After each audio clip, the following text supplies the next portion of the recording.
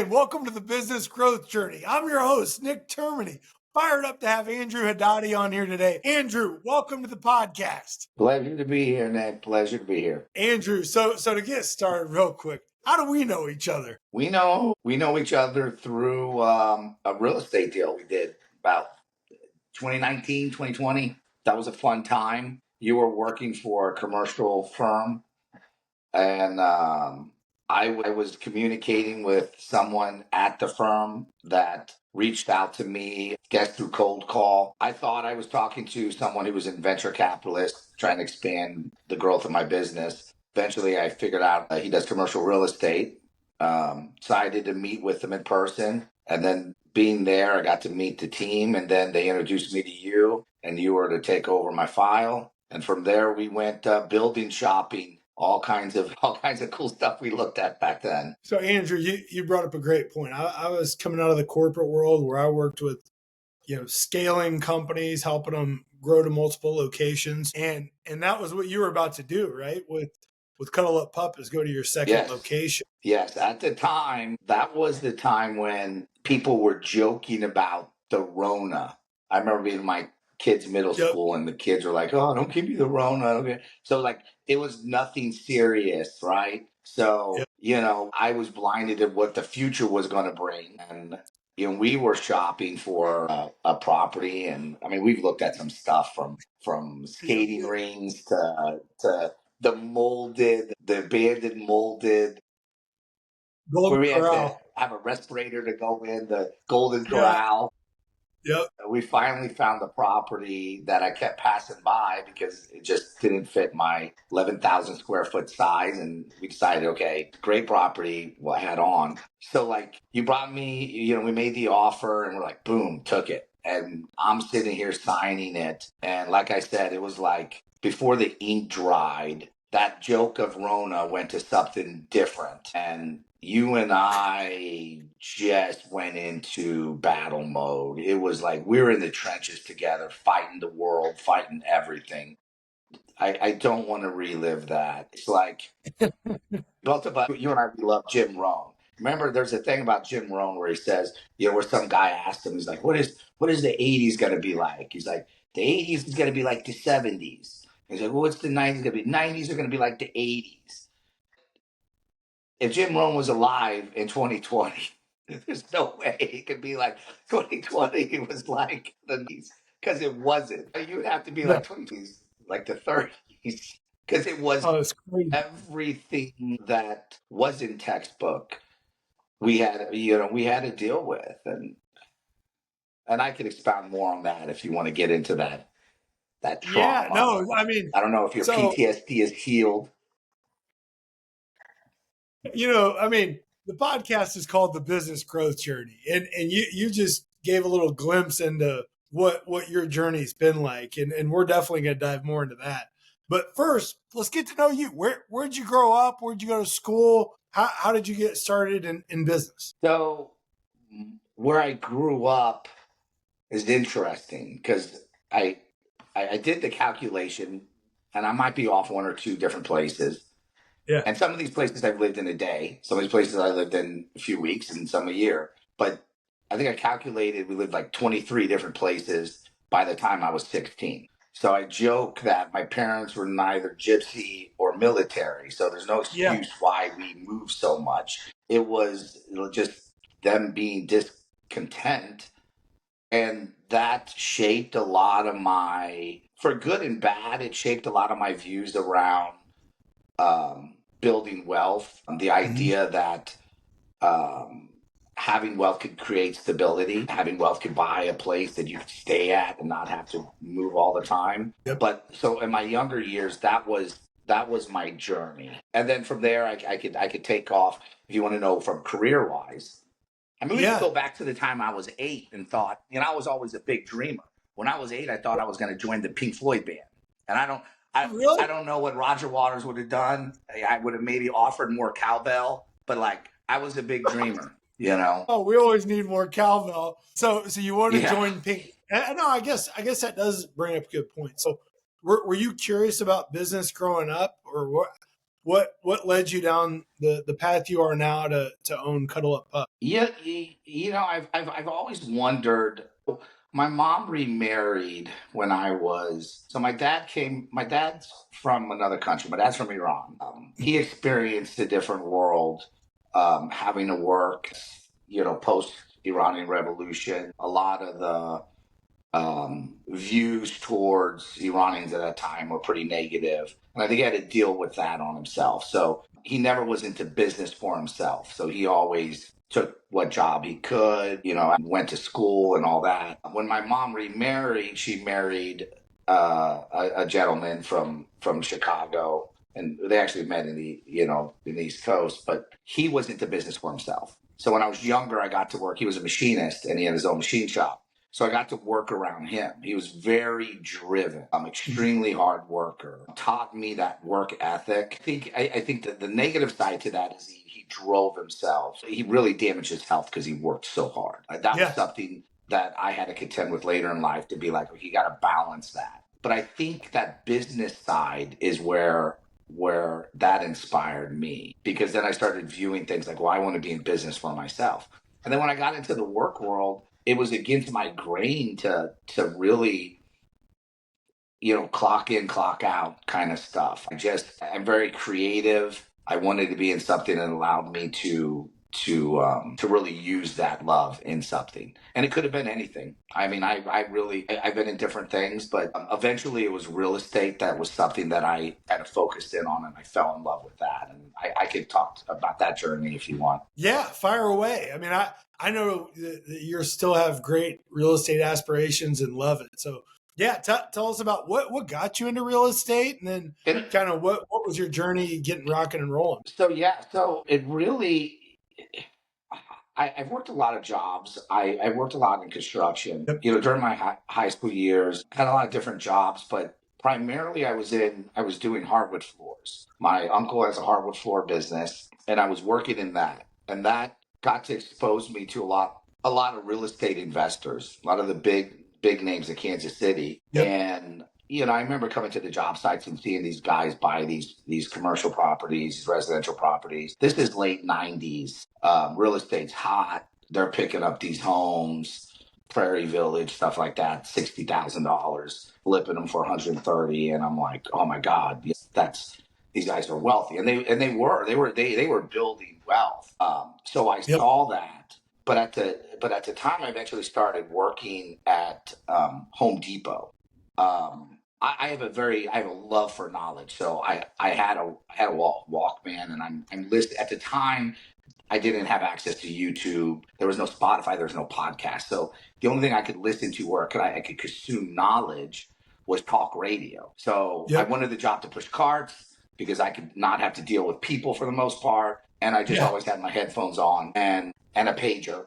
And I was just listening to talk radio. It was the closest thing you could get to discussions of economic theories, legislative stuff. So I was learning a little bit about the world, how money works.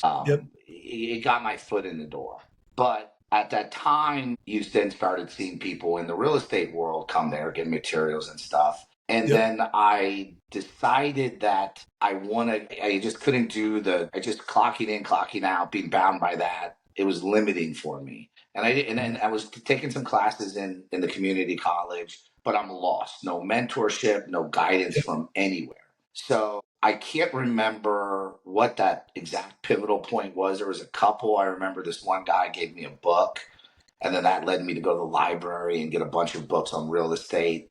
And then I decided, okay, I need to get into that world. I don't know how to get into that world. So the closest thing I can think of is, well, I'm going to become a real estate agent. Not that I wanted to sell homes. I just thought, well, this is going to get me in front of deals, right? So while I was doing that and I was getting my license, I ran into a cashier at Home Depot who just moved out of her rental. And she's like, hey, this guy is going to sell the property. And it was in Wyandotte, Kansas. And I think she told me about what he was looking for. And I'm like, okay, I'm gonna go I'm gonna go take a look at this. So I'm building my real estate career. I think at this time I've already got done with my classes. I'm now my check cleared. I'm an agent, you know. Hey. So still, I'm in a firm. That was the time. It wasn't. It was JD Reese at the time. I actually met JD Okay. Reese. JD Reese. It was not Reese and Nichols before they did that Yep. merger. And I was lost within the company. They didn't really teach you the industry, and they were very heavy on taking commissions early on. So it's like you really didn't get that any wins. And I fought being young. That it was crazy. Now I'm trying to like not look as old and being tired. Back then I just looked young and no one took me serious. And I took the business so serious. I got myself a beautiful Italian suit, and I'm looking sharp, but I just looked so young. And that was something that people were always commenting on, and it was something I just couldn't overcome. I Yep. could have. It was a struggle, and I didn't know how to overcome that. But so here I am. I'm at that firm. Lost. I meet a gentleman that kind of takes me under his wings. That's teaching me stuff about contractual things that I never learned in school in the real estate school.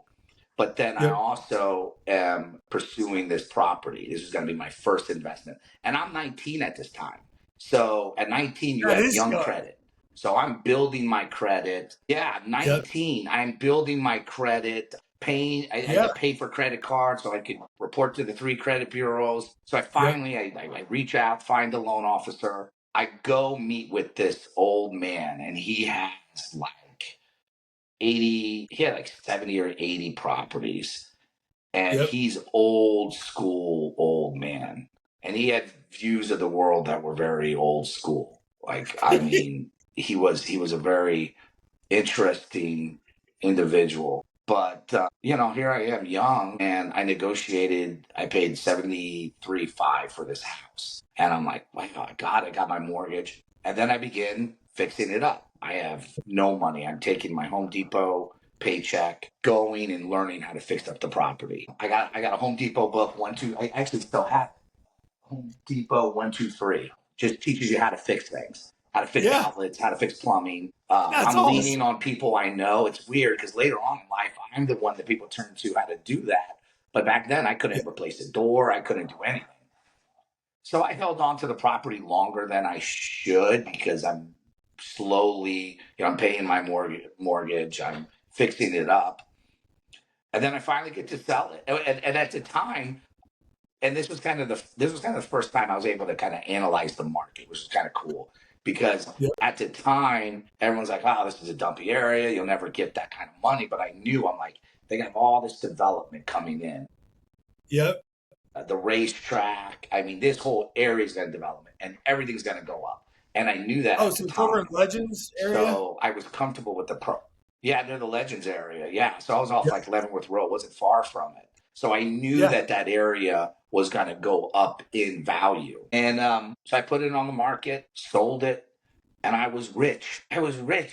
I think a couple of years went by. I held on to it longer than investors should. So I might have Yeah. been 21 when I sold it, when I finally got the money. I mean, maybe it was sooner. I can't remember. But I got like 23, $26,000, right? And it was like, I remember going to the bank to cash that check, and then the girl behind the counter, just had this biggest smile, and I was like, man, I'm rich because I have no money, none. And it was the first Yeah. time that I was able to buy a vehicle that wasn't such a piece of shit that I had to climb through the window to get to the driver's seat or no air conditioning. So I went and Oh yeah. I put some money down on a vehicle, and now I'm like, all right, let's do this again. Let's do this again. Oh Now yeah. I'm in the world that I want to be in.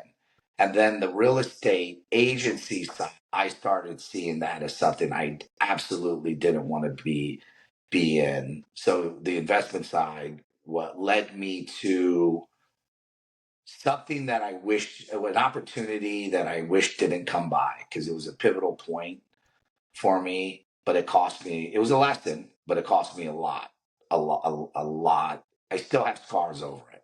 And I could get into that if you would like. That was Yeah. probably the Yeah. most changing thing of my life was the next Well, investment. So Andrew, first, what you're telling us is good stuff because you had the vision of, man, I want to get into real estate. Like I've seen people have success in this, starting out not knowing how to change a door, not knowing how to do these things, but having the vision and fearlessness Yeah. to be in it at 19 years old. Man, most people are not really Yeah. that aggressive or that willing to jump in and learn things in that way. It's more they're going through the steps of what they think they're supposed to do based on society. It's cool that you saw, okay, man, here's people are doing it. I want to learn how to do this.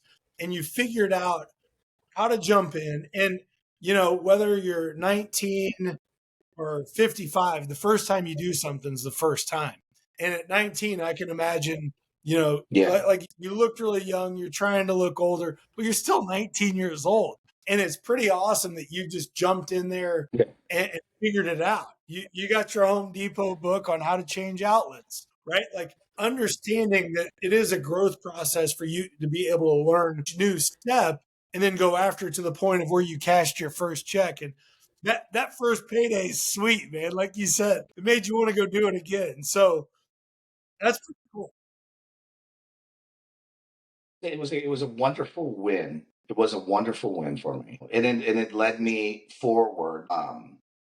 And it's interesting because you look back and you made decisions based on the knowledge you had at the time, and it's hard because you could Yep. judge the hell out of yourself now. But again, I had no mentors, I had no guidance, and still there was a time when you just really didn't know where to find any resources of anything. About the time, I mean, yeah, I mean, I've read books in from the library and stuff, but still it's good to know what's happening in the economy presently. Some things are just, Oh yeah. you can find a book, but it's just a few years too stale on what the world is changing.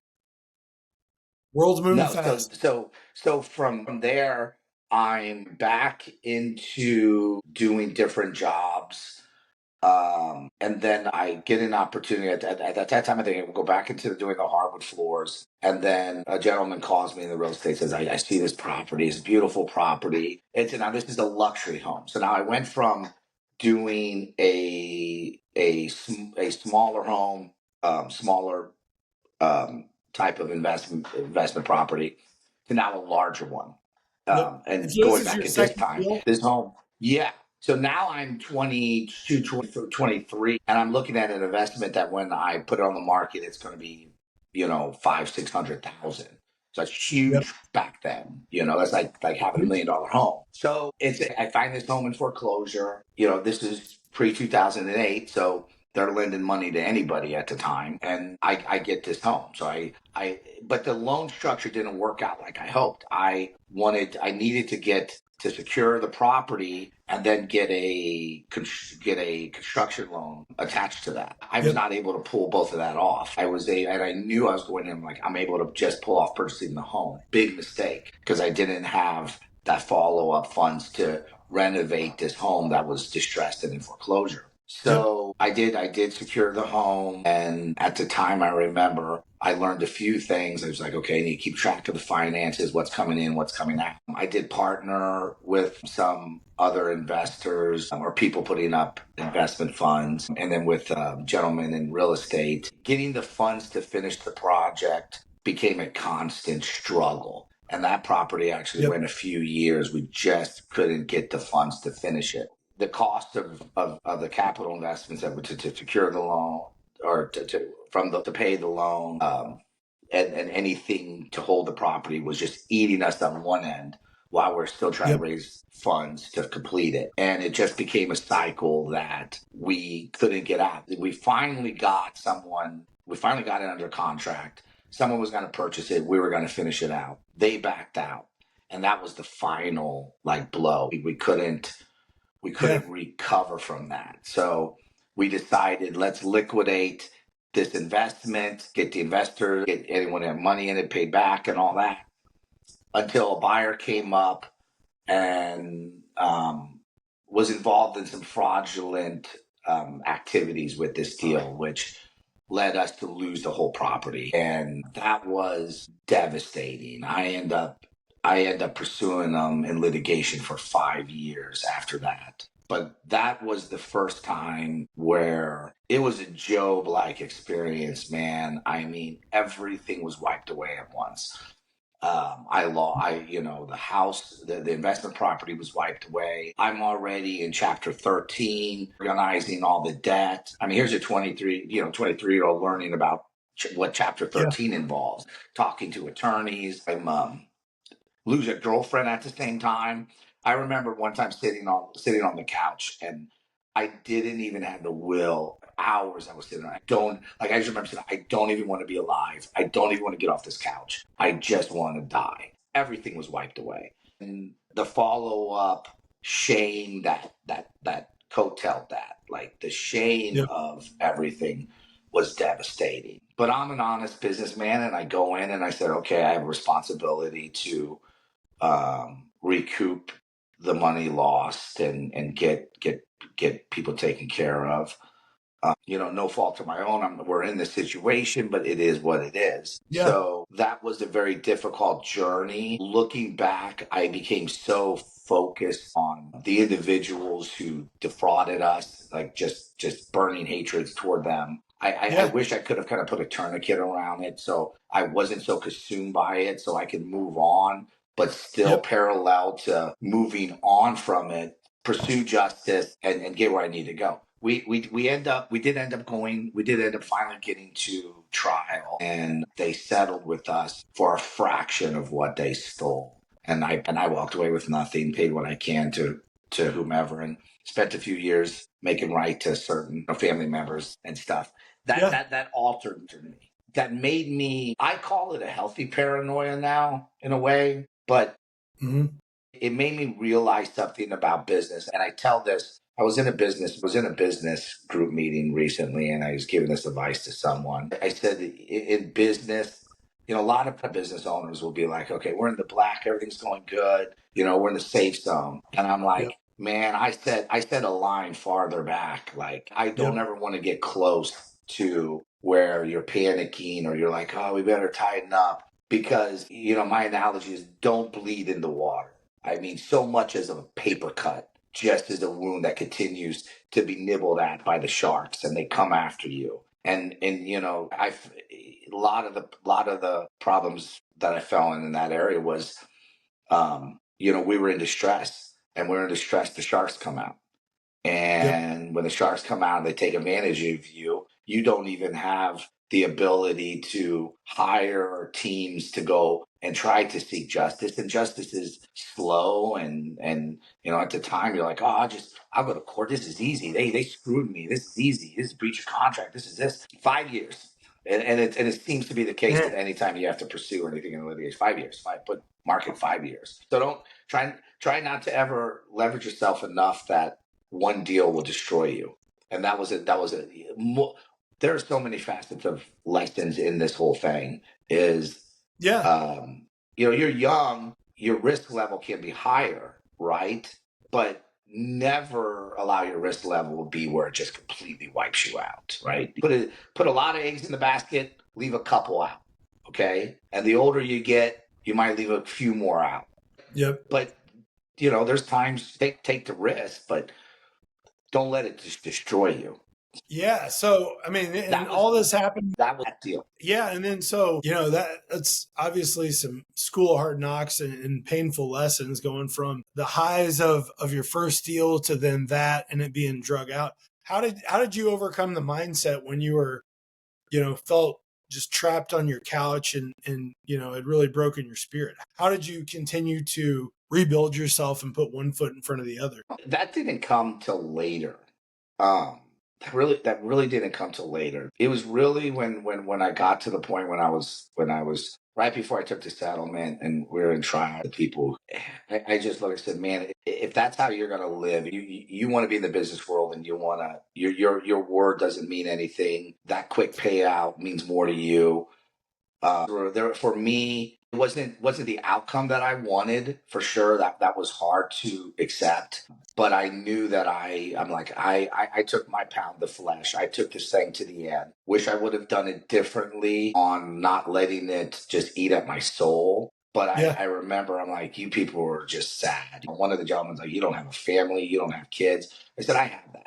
And I remember I looked over to my attorney and said, I just want to go home to my wife and daughter. And it was a freedom.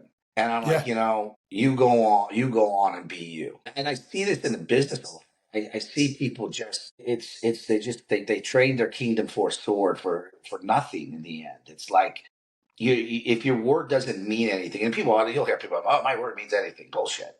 You got to take that stuff serious because it does follow you in the business world. The average public thinks that business owners and successful people are these robber barons. Man, you go up that rank and start meeting some, and not to say that there are not that in there. A lot of these guys are good guys, men and Yeah. women. They built a reputation of being ethical. They built a reputation that the word means something. And that's what I wanted to be in business. It was a recognition that there's some people that, man, they just give me the money now, and I don't care about my name. I don't care about my brand. You can think I'm Yep. the biggest piece of crap, and it's true. These people are not the happiest people. They're always Yeah. hiding. Those are the ones that are just really like trying to hide their assets because they're always in some litigation. Someone's has a story about how much garbage they are, and I don't want to be known for that. I mean, not everyone will like me, but I don't. You know someone's Yeah. reputation. It Yeah. swells up enough to where someone So is good. as how did you turn the page and move forward? What was next after this? Really, after that's interesting. So that kind of brings me into the world I'm in now, and I Yep. don't know the gap after that. So okay, after that, I did return to. I was back doing hardwood floors. Okay. Excuse me. I was back doing hardwood floors, and I hurt my back. First time I ever went to the hospital, I went to the ER. I like just broke my back on a piece of equipment. What? And I remember just sitting on the couch and it was just pain that I've never felt in my life. I Yeah. just remember sitting on the couch. I got my last paycheck. I felt like no one cared. I mean, I even worked for a family business. No one paid my medical bill. No one said, "Hey, here's another check. Carry you on." I'm raising a family on $13 an hour, and I'm just sitting there, and I'm like, I gotta do something else. Yep. At that time, I'm hoping I'm getting the timeline correct. I started networking. I wanted to become a landman, oil and gas landman. So Oh, I went no. and took some class to become an oil and gas landman. Yep. And I networked my way to meeting some gentlemen for coffee. And I think it was just that I had the gonads to do it, to just like, I'm just going to go and network and then just present myself in the way of, hey, I didn't say it, but it was like, hey, when someone gave you a chance back in the day. So I think I really, played upon that. And some gentleman put me in contact with someone working in upstate New York. And I got offered a job for 60 or 80,000. So it was something like, remember, I'm making $13 an hour. Now this job is huge. I'm now Mr. Rich Guy. Like this offer was amazing. But we just found out my wife was pregnant. And, we needed the support of the family here. I had a home that I just got done gutting. I mean, you could see into the attic. 60, Yep. 70% of all drywall was stripped. There was no floors, like no floor coverings. Yep. And wife was pregnant. And I'm like, I couldn't be away because it was a job that I could be away and come back and be away, but you're going to be away for a long period of time.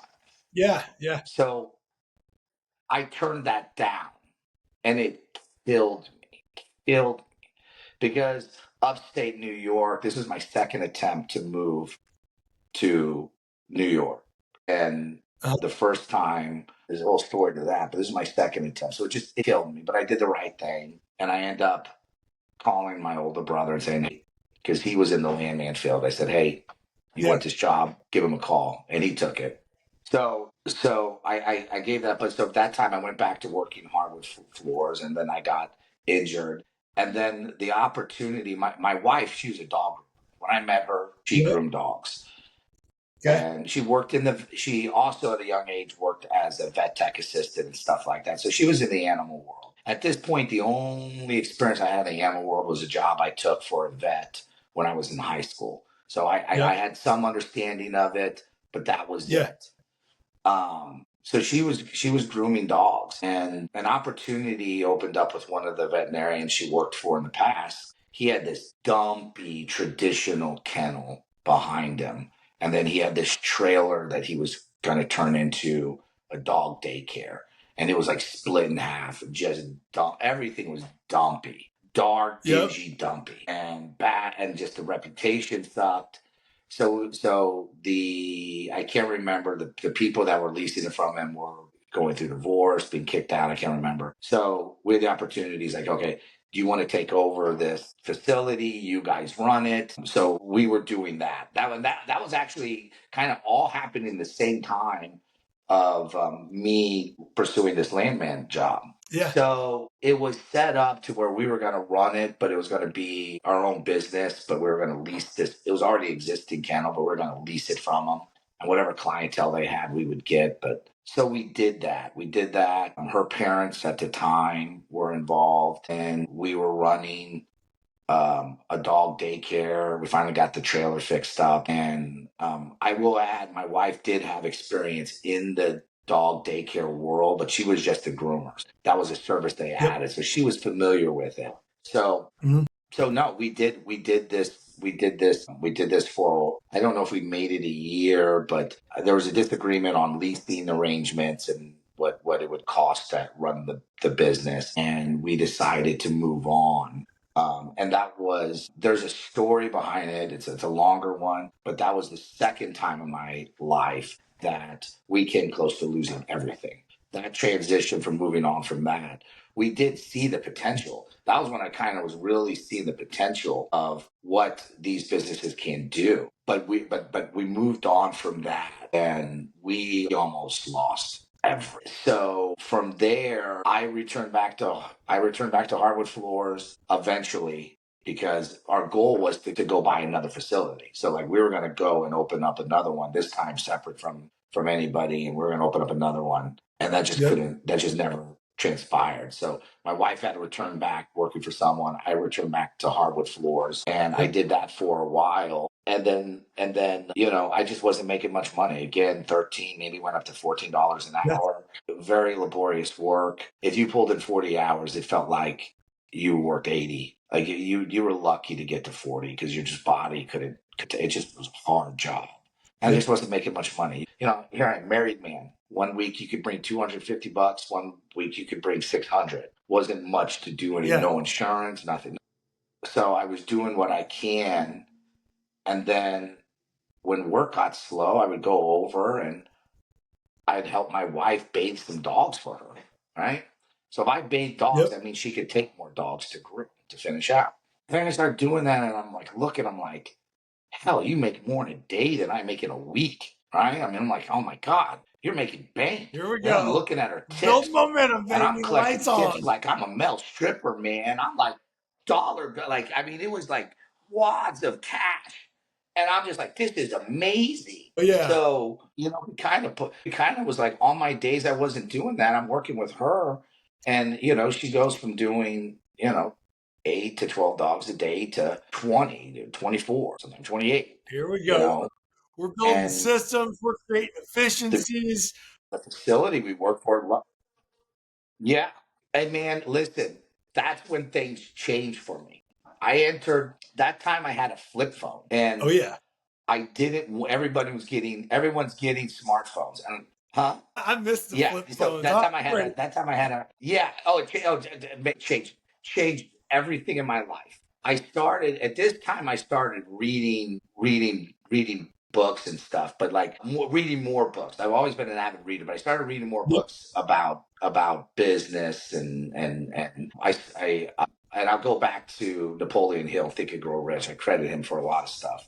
But Yep. I resisted getting a smartphone. I don't know why. Finally got a smartphone, which opened me up to YouTube. And now I have my mentors. I couldn't Oh get a live mentor. Some of my mentors have been buried for 100 years. yeah. Some are alive that I've never met. but it was a collection of mentors, really. And some you could Yes. look back and be like, kind of, scamish, but like, Yeah. but each one of them offered their own thing, you know. But I'm still going through a crisis now. But I mean, while I'm grooming my dogs for my wife, I have my headphones on, and I mean, almost exclusively, I'm not listening to any music. I'm just absorbing stuff. And I would catch stuff on subjects of taxation, things of business management, a lot of motivational stuff, because you really had to get kind of like, where am I going with this? But I'm Yep. also in a crisis at this time because I still don't know what to do. I don't want to bathe dogs for my wife forever. It works right now. We're making good Yep. money, but I didn't know what to do. And all along, in my early 20s, I picked up college credits, and I'm like, okay, what do I do? So I thought about joining the military. Swear to God. But I'm like, the time was ticking. I think it was like a cutoff at 35. So I'm like, if I'm going to do this, I need to do this. And I got real close to joining the military. I'm like, I don't know what I'm going to do with my life. Which I'm going to join the branch? military. I don't know. I don't know. I just thought military. My father-in-law was in the army, so I was asked talking to him about that. I had another uncle that was a sergeant. I talked to him about that, and then I started thinking, I'm like, dude, you two out of shape, and you don't like getting up that early in the morning, and you sure as hell ain't gonna be put up getting yelled at. So like, I realized quick, I don't do real well following orders, so that wasn't gonna go well, you You know, know. I'd love to So now join, I'm in my but I can't do this early morning stuff, and all this physical fitness isn't really for me. If you guys could taper your schedule to kind of fit, here's what I'm exactly. looking for. Oh, that's great. So I go start figuring out. I gotta go finish the degree.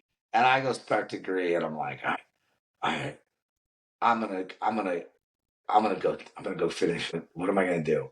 Political science degree. I dropped out of that class. I said, what the hell are you talking about? What am I gonna do? Then I said, I'm Yeah. gonna get an English degree.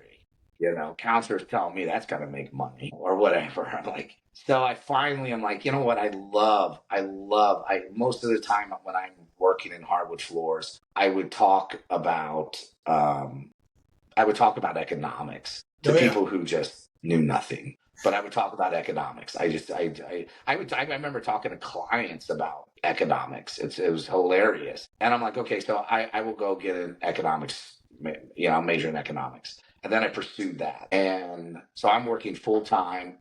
I'm trying to be a husband, trying to be a father, Yep. trying to go to school full time. It's just excruciatingly hard. That was the Yeah. years of pure suffering, suffering. I Yeah. remember having to go in. I'm soaking wet, bathing the dog. Drop what I'm doing, running over to the school, taking a morning class, coming home, try to take as many online classes as you can, but most of them were in person. Yeah. I'm like, I'm gonna do this. I'm gonna do this. I finally finished and got my degree, and I'm like, yes, what do I do with that? And I'm like, I work for the same, Federal Reserve. Like, I'm like, what do I do with that? But it taught me something. It taught me suffering, and it taught me some things about. Believe it or not, I mean, you say a lot of economic theory, but it teaches you a lot about finance. It teaches you the money and stuff like that, how it Yep. flows, through our systems. But it was this suffering. It was this suffering that prepared me for business because I didn't go to the university like a lot of people where it's like all you had to do was focus on drinking at night, studying, really getting by, and then you graduate, right? Go go Yep. go try to go try to wrap that up later in life. It's painful. Yeah. I mean, you're probably not And getting it's much hard sleep, because you're no, right? Like no, you're no. getting much sleep, I can't tell you how and so many that nights. your nervous Oh system's. yeah. Oh, I can't Yeah. tell you how many nights I remember taking econometrics. It's you're watching the clock, and I'm literally watching. I'm like, am I going to be okay on 1 hour of sleep? Because that was the time, with that 1 hour sleep to the time I need a shower and get to class. I stayed up that late over and over Yeah. again, and the wife would come and help me. My wife was a pivotal role to help me study and work through some of these problems. Yep. It Well, and was. I'm some so of the glad it things was you over. said. So glad it was about over. getting into real estate, about determining what degree you want to go after, what course of study, the mentors that you developed on YouTube. A lot of it sounds like one, a thirst for curiosity and to grow, but also in this path you've learned how to listen to your own voice and trust what it is that you want to do and what you want to go after. Yeah, yeah, yeah. That was the journey. I, I say I wish it took more of a straight line. Nothing does. No, it didn't for me. It was a curvy, windy. Destiny was drunk when it was taking me where it was taking me. I mean, looking back, the dots connect. I mean, things that you lived in the moment that were so horrific, so scarring, really are a part of you that if you take it, it's a tool in your in who you are that can help you later with the things. And you real and there's some sad truths that you realize in life. There's always the debate, life is not fair. It's not. It's more than that, though. It's almost, and maybe one day I'll come up with a better word than say the universe. It's like almost the universe doesn't care. You're born with one leg, so you need to hop faster than the guy with two legs and is athletic and been running all his life. You born poor, so you got to figure out how to catch up. Life doesn't give you credits of sympathy to say, hey, you've had these struggles. So you have to take those things. You have to take those things and say, okay, yeah, I had it rough. I didn't come from a family with money. I didn't come from, I made, for me, I had dyslexia. It was something hard to overcome growing up. Yeah. And you have to take those things and you say, but it makes me different. It makes me see the world different, right? So it is a plus, right? And the thing is you see some of the people that have disadvantages, the ones that really are just saying, I want more for my life. I want to overcome this. They almost have a deeper joy, right? It's crazy and it's inspiring because there's a deeper joy in when you do get to where you want to go. And I wish I could remember Yep. this line. It was from Vanilla, the movie Vanilla. Was it Vanilla Sky with Tom Cruise or something like that, Yeah. where his face is figured. There's a line in it. It's about how the life is. You have to have the sweet and sour. Like there's almost like it's if you've gone through something. So it just everything is so much better when you get to experience the joy. When you Yeah. get to see, when you get to, I don't know. I think water tastes so much better. The tasteless stuff of water tastes better if you've walked through the dry land, right? So I see that your struggles um, build you, but they could also finish you off. They could also end your journey if you let it. Um, Yeah. and that's come very close for me. And that's where the next pivotal point. And I remember, I got my, at this point, I got my degree. I'm working with my wife, and we're finally making money. I'm not where I want to be, but I'm wanting more out of my life. I love business. The calling of being in real estate was still just calling at me. Um, and I remember looking to a friend at the time, and I'm like, man, that fire in me is just this small little ember, just a small little ember in the rain, and it's about to go out. And I'm so tired of the journey. I'm so tired of the disappointments. I'm like, if Yep. that goes out, I'm never gonna respark it. Like so. Oddly enough, I can't remember how I read this article. It was the lady who owns Camp Bow Wow, okay, and how she grew her company. It was a short article. It's funny thing is I just took it down. I have had it up since I started my business, but it's Really? a short little article about the challenges. Yeah, I said from the time I had it, I printed it, I put it up. The challenges she faced, the challenges with family, the challenges of being embezzled from people you trusted, things that later in business I've experienced. And it inspired me. I could do this. Boom. I like I said, I could do like I always feel I could make any business, well, almost any business successful. If I'm selling ice cream, I Yeah. could be the best ice cream seller in the There Kansas we City go. area. But this was something that It was a field we're in right now. My wife is in it, and I thought this as an opportunity to couple my love for real estate and the animal industry that my wife And so is this on. is the start of Cuddle Up Pup. So this is the beginning of pursuing it. So at this Okay. time, now remember, I'm consuming everything that I can from YouTube.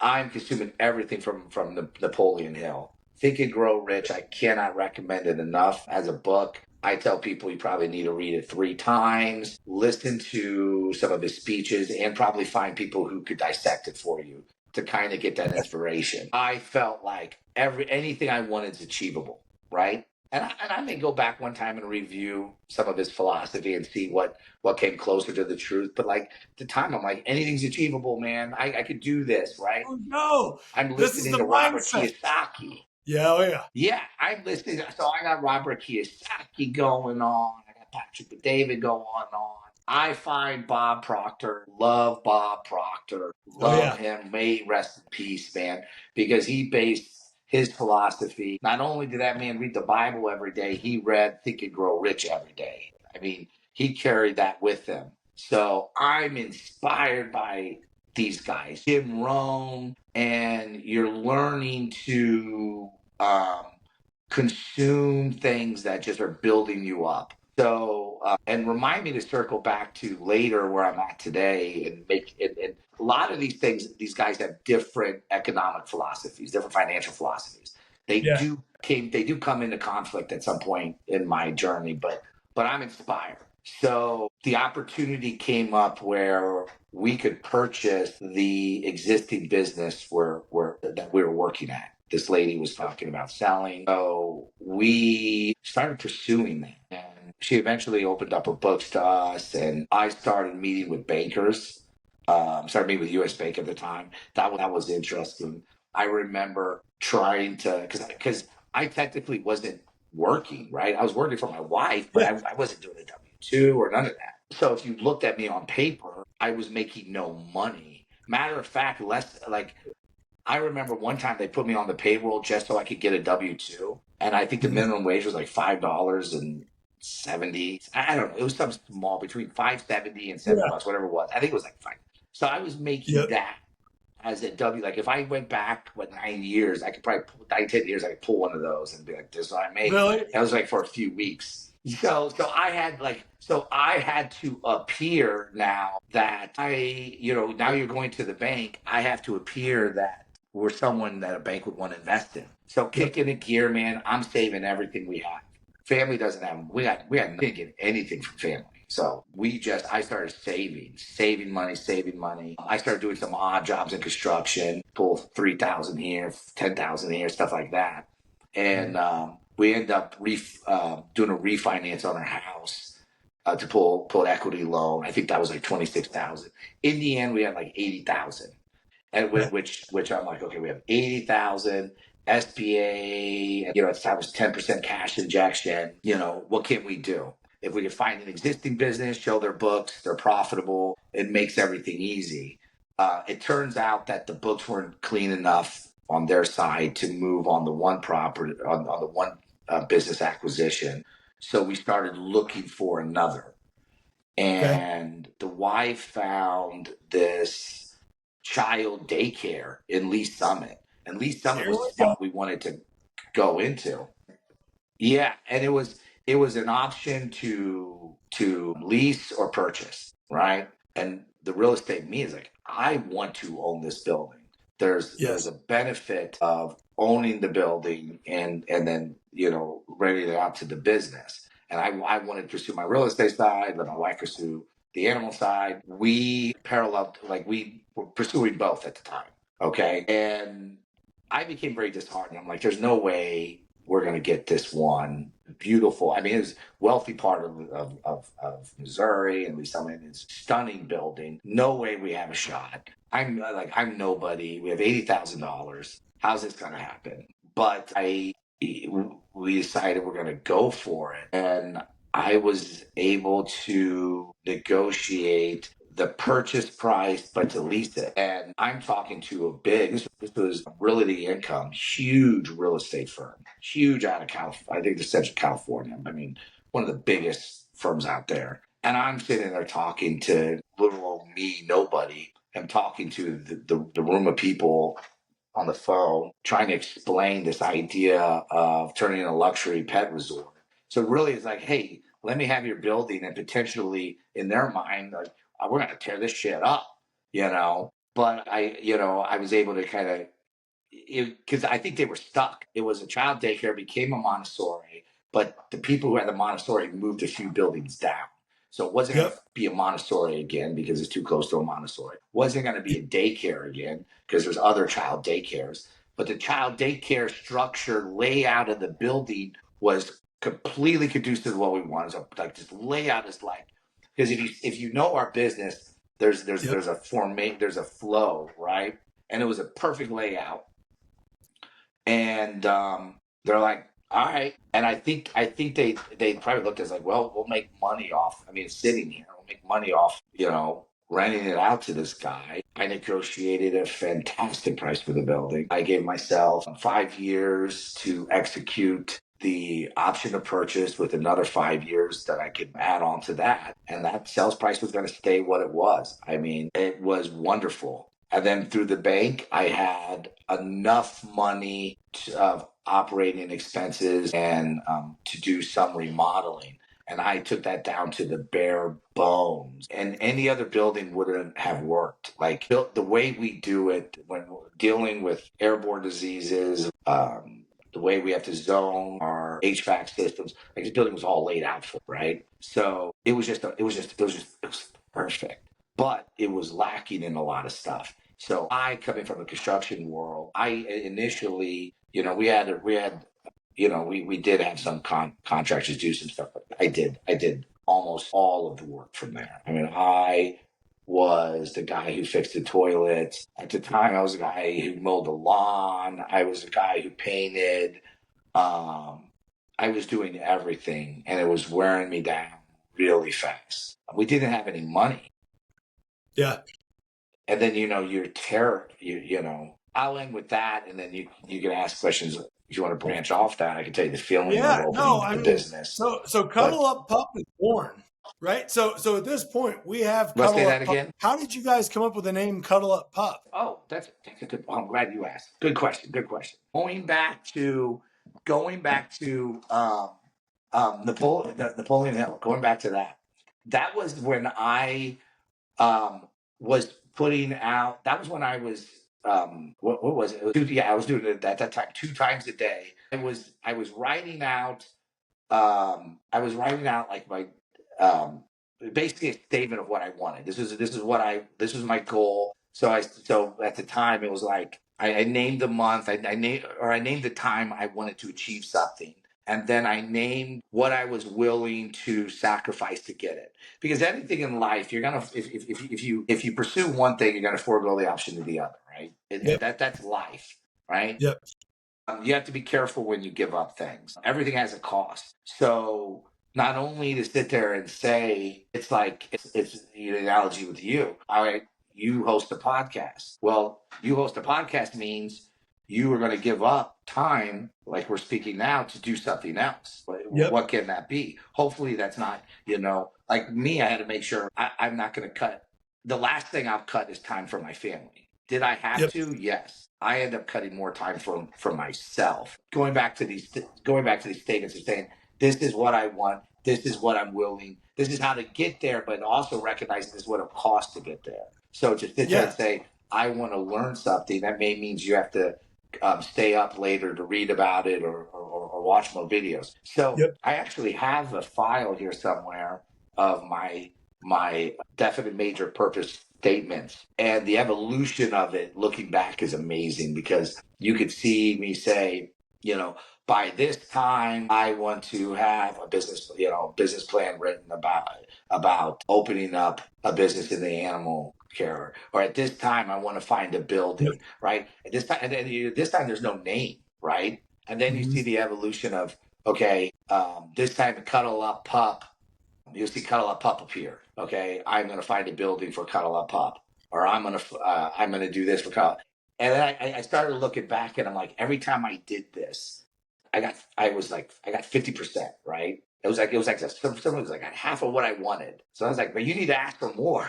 You need to ask for more. Get 80% of me went by the end of the month. So I started increasing my goals, and that was something that that was just revolutionized the way I think, the way I pursue things, was to Yep. really call it out. I had it taped to my mirror. I had it in my pocket. I just would read, this is what I want. This is what I'm willing to sacrifice to get there. Yep. And the journey was very hard, because you'll be surprised how fast, when you start making changes in your life, people and voices around you start talking you down. Some are probably don't have the best motives. Some do. Some just are used in their own lives talking themselves out of dreams. Yeah. So now they start feeding that to you, and you have to be very careful. It can be very discouraging. Yeah. They'll say Well, comments like, "Oh, but when yeah, go you're ahead." you nailed it, where if you're writing down your goals, you know where you want to go. That's the only way to get to where you want to go, is to know where you want to go. And then you start creating time for Yeah, that, your yeah, work to get there, and you start to see the signs where it's like, oh, okay, we need to do this. We need to do this. Like, here's what we need to read. Here's where we need to go. We need action here. And those are the things that have led you there, right? Creating those goals from these master plans. And a yeah, lot of the challenges along the way in listening to your story prepared you to know when to pull the trigger, and when you're in these moments, and how to fix up the building, and how, like, all of these things continue while there's a tremendous amount of challenges and things that you've had to overcome and learn from to grow. When you got in the situation and knew what you were looking for, man, you capitalize on it. yeah, yeah, yeah. And the maybe it was the mindset of like, this has to work, right? I, I, Yeah, I didn't burn the bridges, or I didn't burn the ships, but there is no ships to go back, right? And it's like it exactly. has to work, you know. This is the option. It's going to So work. yeah, and it's so you do it. And I was very lucky. My wife and I were like, we're a power couple, right? It's like she brings to the table things that I don't possess. And I'll be Yep. honest, I think I don't think I know she was the thing that kind of made that ember into more of a fire for me. And just like, I needed that little bit of energy, because I've experienced so much loss in business and in my personal life. She inspired me, because even it was negative. There was a point where, like, I'm like, we need to do this acquisition. That's an easier path than to just start from scratch. And she wanted to pursue starting from scratch, and thank God for it.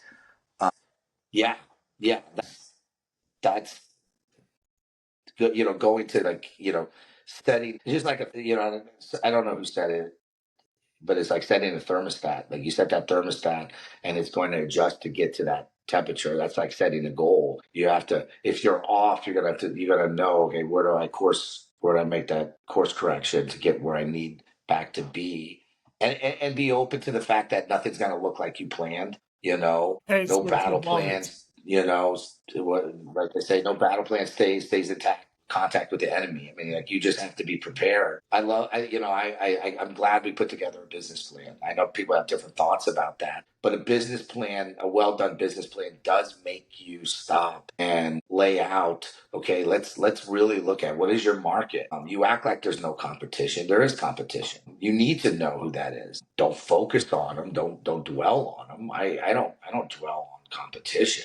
I just go out and be better than all of them. Offer more, but recognize that business is war. Then you start getting into some darker books, right? When you get to a point where you're dealing with, we're a very large organization, and I'll continue with the journey of Cuddle Up Pup, but like, you start getting into books like the 48 Laws of Power and stuff like that. And you're like, okay, now I have to really know what the sharks look like, right? I'm not going to be there, but I need to know what they look like. Yep. Well, Andrew, So we're at a point now where we got to wrap up, but now you're at Cuddle Up Pup. You have 2 locations. It's a tremendous operation. You have one in Lee Summit, one in Blue Springs. How do people get in contact with Cuddle Up Pup, and what services do you offer now? we have 2 locations, one in Lee Summit and one in Blue Springs. You can reach us at cuddleuppup.com. Feel free to come by, do tours of the facility. We're open. We'd love to have you there. We're a big organization, 70 employees. It's a lot. It's a lot of operations. One day, if I could get into that's a fun topic. Just how to manage such a large scale operation management teams. You've been with me on really that journey and putting that together. Yeah, absolutely. Andrew, Yeah, that's how thanks you for being get on a the hold business. of it. Like I said, you won't see me around. Okay, let me tell you this. You won't see me around playing with puppies. A lot of people think my job is playing puppies. I don't get that joy. Okay. I focus on the real estate sides of the buildings, and I'm the one having to deal with the boring stuff. I don't get the fluffy stuff. Well, Andrew, we love having you on here, and thanks for joining the business growth journey.